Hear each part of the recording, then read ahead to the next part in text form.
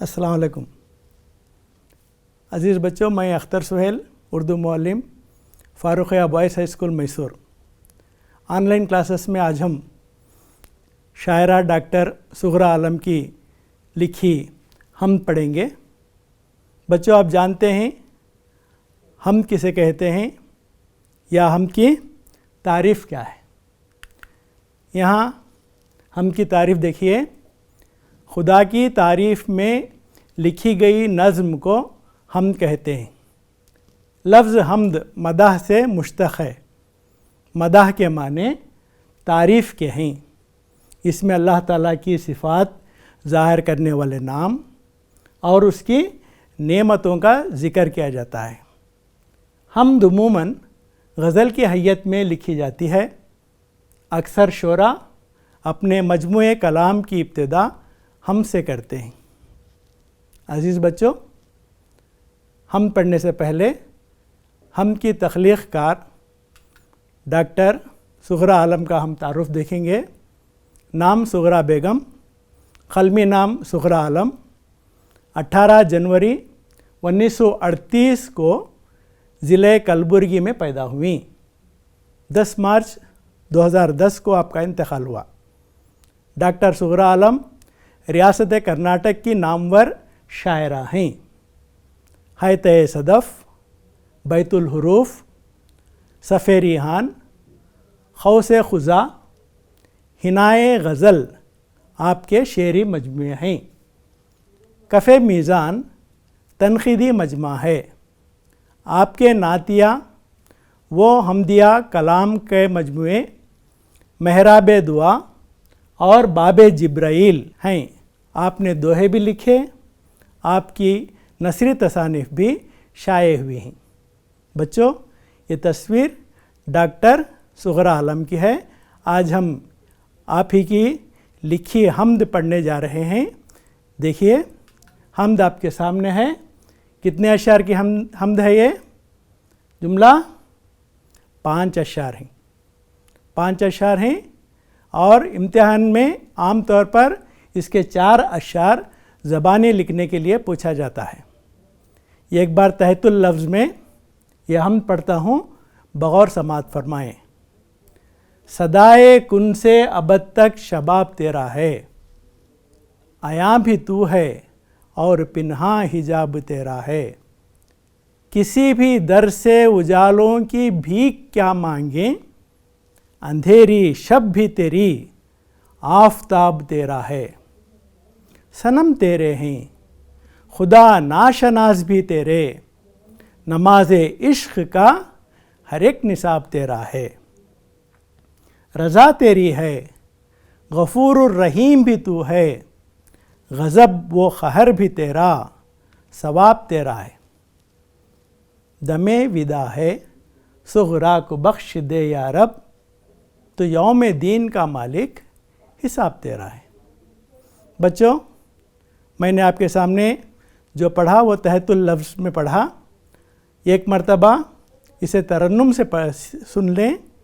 ترنم سے سننے کا فائدہ یہ ہے کہ جب ایک بار یہ یاد ہو جاتی ہے تا دیر اس کی یادداشت باقی رہتی ہے اور بہت جلد اس سے یاد کرنے میں آسانی بھی ہو جاتی ہے۔ تو ترنم سے ایک مرتبہ ہم سماعت فرمائیں۔ صدائے کن سے ابد تک شباب تیرا ہے، عیاں بھی تو ہے اور پنہاں حجاب تیرا ہے۔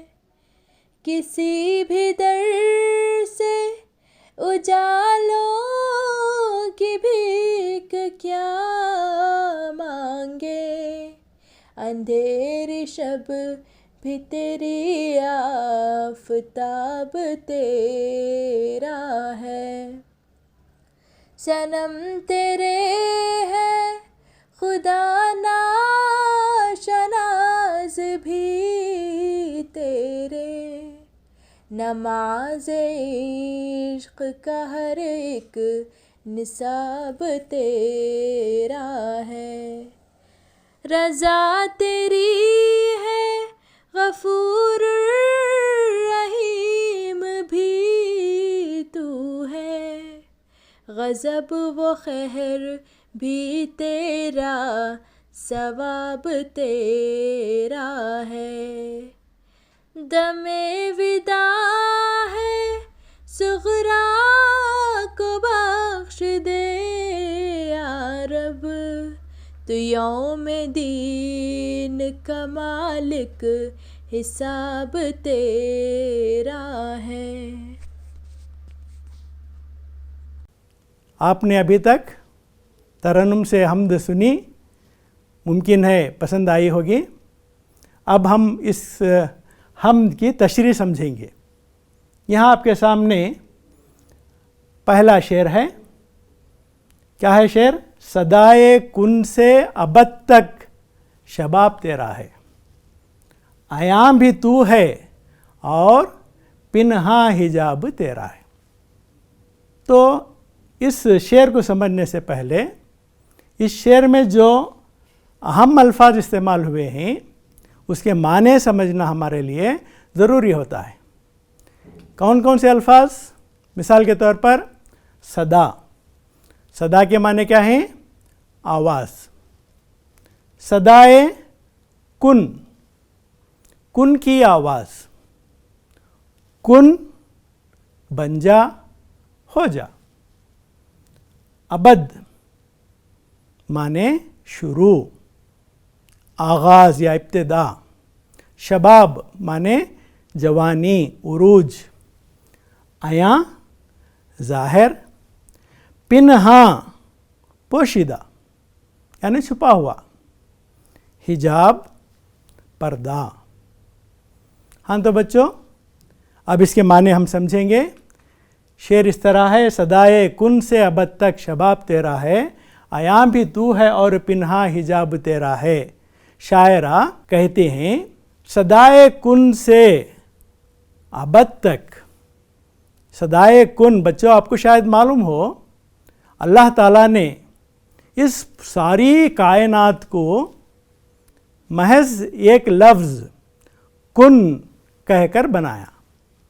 کن کے معنی کیا؟ بن جا، ہو جا، اور ساری کائنات تیار ہو گئی۔ شاعرہ کہتے ہیں صدائے کن سے، جب اللہ نے صدائے کن کہا اس وقت سے ابد تک یعنی آخر تک اللہ کا شباب ہے، یعنی شباب کے معنی جوانی، یعنی اللہ کی ذات اس وقت سے بھی جوان ہے اور آخر تک بھی جوان رہے گی۔ عیاں بھی تو ہے اور پنہاں حجاب تیرا ہے۔ اللہ کی ذات اللہ کی بنائی ہوئی تخلیقات میں عیاں ہے۔ جب ہم سمندروں کو دیکھتے ہیں، پہاڑوں کو دیکھتے ہیں، دریاؤں کو دیکھتے ہیں، الگ الگ پھولوں کو دیکھتے ہیں، تو اللہ کی ذات اس میں عیاں ہے، اس سے ہمیں ظاہر ہوتی ہے، لیکن اللہ کی ذات خود ہماری نظروں کے سامنے نہیں آتی، یعنی اس کی ذات چھپی ہوئی ہے، اللہ کو ہم دیکھ نہیں سکتے۔ عیاں بھی تو ہے اور پنہاں حجاب تیرا ہے۔ بچوں جو میں نے آپ کو سمجھایا، یہ امتحان میں اگر پوچھا جائے کہ اس کی تشریح کیجئے تو اس کی تشریح اتنی زیادہ لکھنے کی وہاں گنجائش نہیں ہوتی، لہٰذا آپ محض اس قدر لکھ لیں۔ اس شعر میں شاعرہ ڈاکٹر صغرا عالم اللہ تعالیٰ سے متعلق کہتی ہیں اللہ تعالیٰ ازل سے ہے اور ابد تک رہے گا، اس کی قدرت کے جلوے ہر طرف نظر آتے ہیں مگر خود اللہ تعالیٰ ہماری نظروں سے اوجھل ہے۔ اتنا لکھ دیں امتحان میں کافی ہے۔ اب اس کے بعد دوسرا شعر، کسی بھی در سے اجالوں کی بھیک کیا مانگیں، اندھیری شب بھی تیری آفتاب تیرا ہے۔ امجد حیدرآبادی کی ایک مشہور ربائی ہے، کہتے ہیں ہر چیز مسبب سبب سے مانگو، منت سے، خوشامد سے، ادب سے مانگو، کیوں غیر کے آگے ہاتھ پھیلاتے ہو، بندے ہو گر رب کے تو رب سے مانگو۔ یہی کچھ یہاں شاعرہ کہہ رہی ہیں، کسی بھی در سے اجالوں کی بھیک کیا مانگے. اجالے مانے خوشیاں، سکھ، چین. اندھیرے کے معنی غم، رنج، تکلیف، مصیبت. تو یہاں کہتی ہیں کسی بھی در سے اجالوں کی بھیک کیا مانگیں، اندھیری شب بھی تیری، آفتاب تیرا ہے. اللہ نے جہاں ہمیں مصیبت میں ڈالتا ہے وہیں ہمیں مصیبت سے مقابلہ کرنے کی ہمارے اندر طاقت پیدا کرتا ہے. عزت کا دینے والا اور عزت کا لینے والا اللہ ہے. وَذِلُّ مَن تَشَاءُ وَعِزُّ مَن تَشَاءُ. تو شاعرہ یہاں یہی کچھ کہہ رہی ہیں. اگر یہی سوال امتحان میں آئے آپ کو یہ تشریح بتانا ہے. اس شعر میں شاعرہ ڈاکٹر صغریٰ عالم کہتی ہیں ہم کسی غیر کے سامنے ہاتھ پھیلا کر اپنی ضرورتوں کی بھیک کیوں مانگیں، کیونکہ تکلیفیں بھی اللہ ہی کی طرف سے آتی ہیں اور خوشیوں کو دینے والا بھی اللہ ہی ہے. اب تیسرا شعر آپ کے سامنے ہے. صنم تیرے ہیں خدا ناشناس بھی تیرے، نماز عشق کا ہر ایک نصاب تیرا ہے. تو اس میں جو اہم الفاظ آ رہے ہیں دیکھیے. صنم بت، مجسمہ، مورت. خدا ناشناس خدا کو نا پہچاننے والا. نماز عشق گہری محبت والی عبادت. نصاب طریقہ. اب اس کی تشریح دیکھیے. صنم تیرے ہیں خدا ناشناس بھی تیرے. اے اللہ، دنیا میں مختلف ایمان رکھنے والے لوگ بستے ہیں اور ان کی عبادتوں کا الگ الگ طریقہ ہے، اور بعض تو ایسے ہیں جو اللہ ہی کو نہیں مانتے، اللہ کے وجود سے انکار کرتے ہیں، منکر ہوتے ہیں. لیکن شاعرہ یہاں کہتی ہیں صنم تیرے ہیں خدا ناشناس بھی تیرے.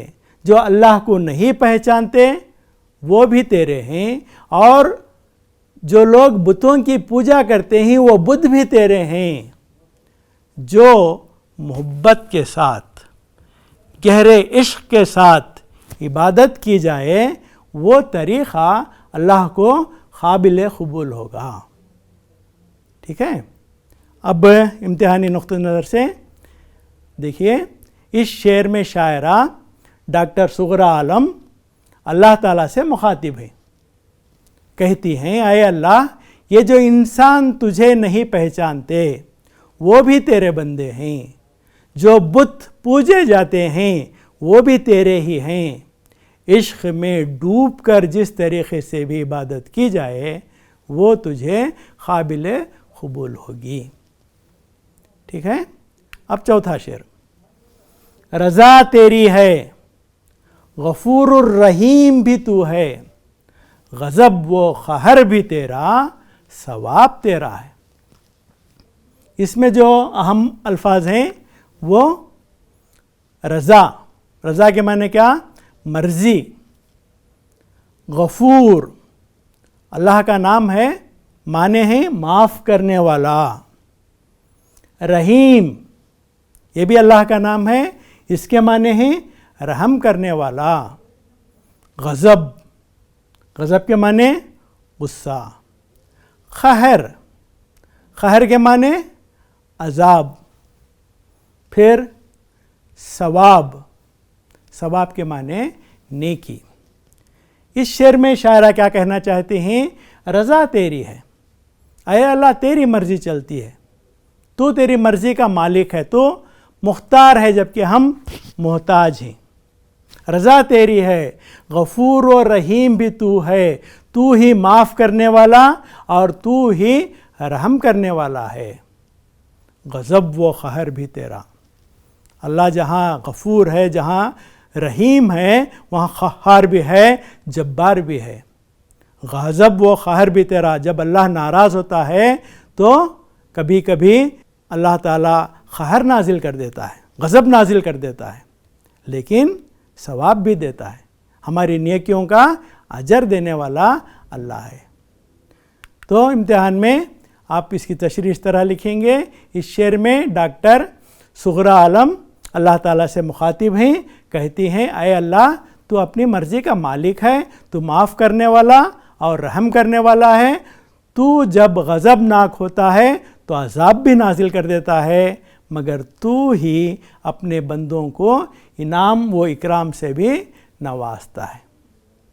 اب اس کے بعد کا شعر، دم ودا ہے صغرا کو بخش دے یا رب، تو یوم دین کا مالک حساب تیرا ہے. اس میں جو الفاظ آئے ہیں، دم پڑھنا ہے زبر سے، دال پر زبر ہے، دم نہیں دم. معنی کیا ہیں؟ وقت، گھڑی. ودا، ودا کے معنی جدائی. صغرا، ایک تو یہاں شاعرہ کا قلمی نام ہے تخلص، اور ایک معنوی اعتبار سے صغرا کے معنی چھوٹی. کبرا بڑی، صغرا چھوٹی. بخش دینا، معاف کر دینا. یوم دن، یوم دین حشر کا دن، قیامت کا دن، حساب و کتاب کا دن.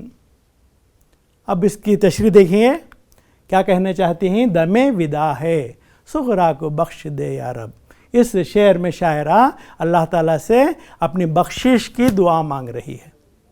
کہتی ہیں اے اللہ میرا آخری وقت ہے، میرے گناہوں کو تو بخش دے. تو یوم دین کا مالک، تو حساب و کتاب لینے کے دن کا مالک، حشر کا مالک.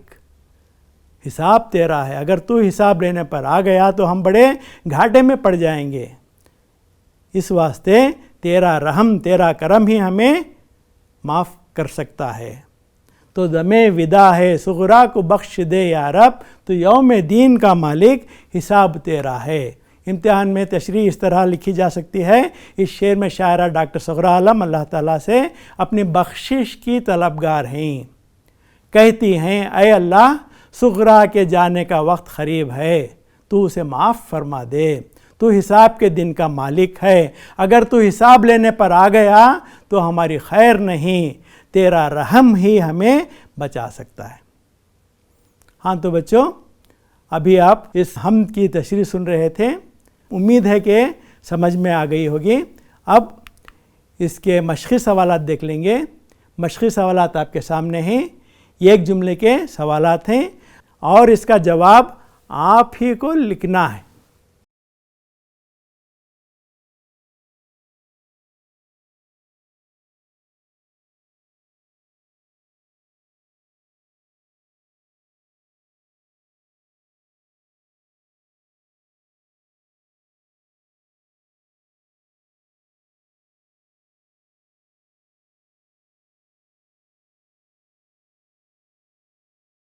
پہلا سوال کا جواب،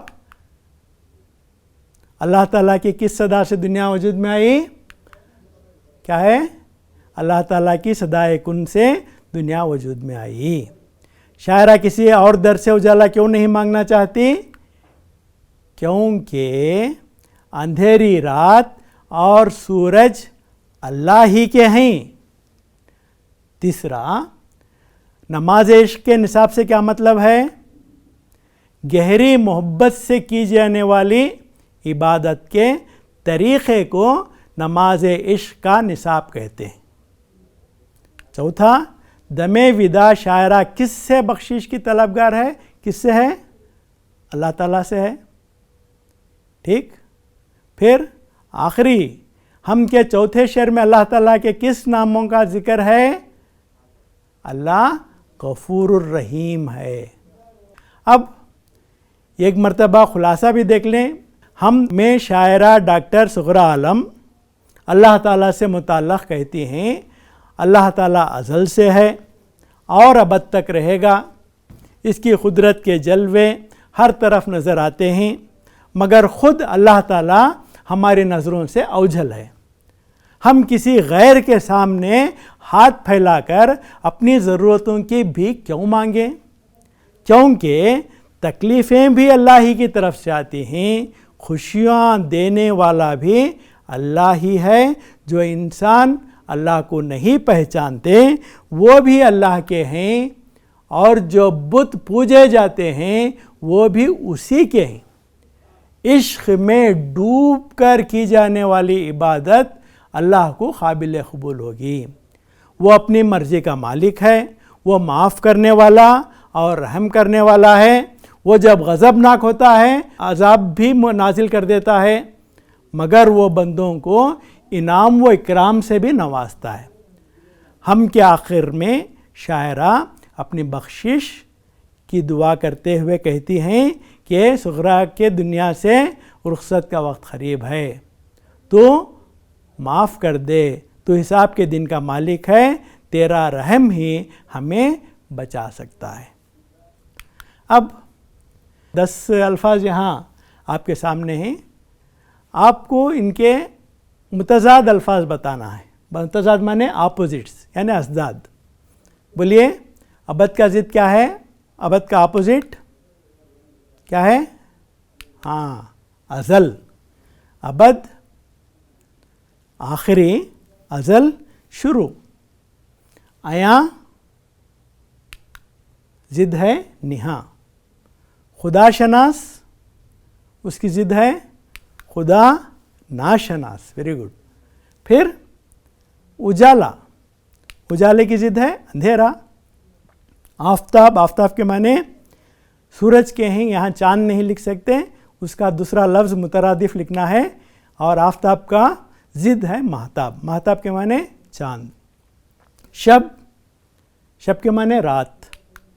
شب اور روز، شب اور روز۔ صغرا جیسے میں نے بتایا کبرا، صغرا چھوٹی، کبرا بڑی۔ قہر مہربانی جو کہتے ہیں۔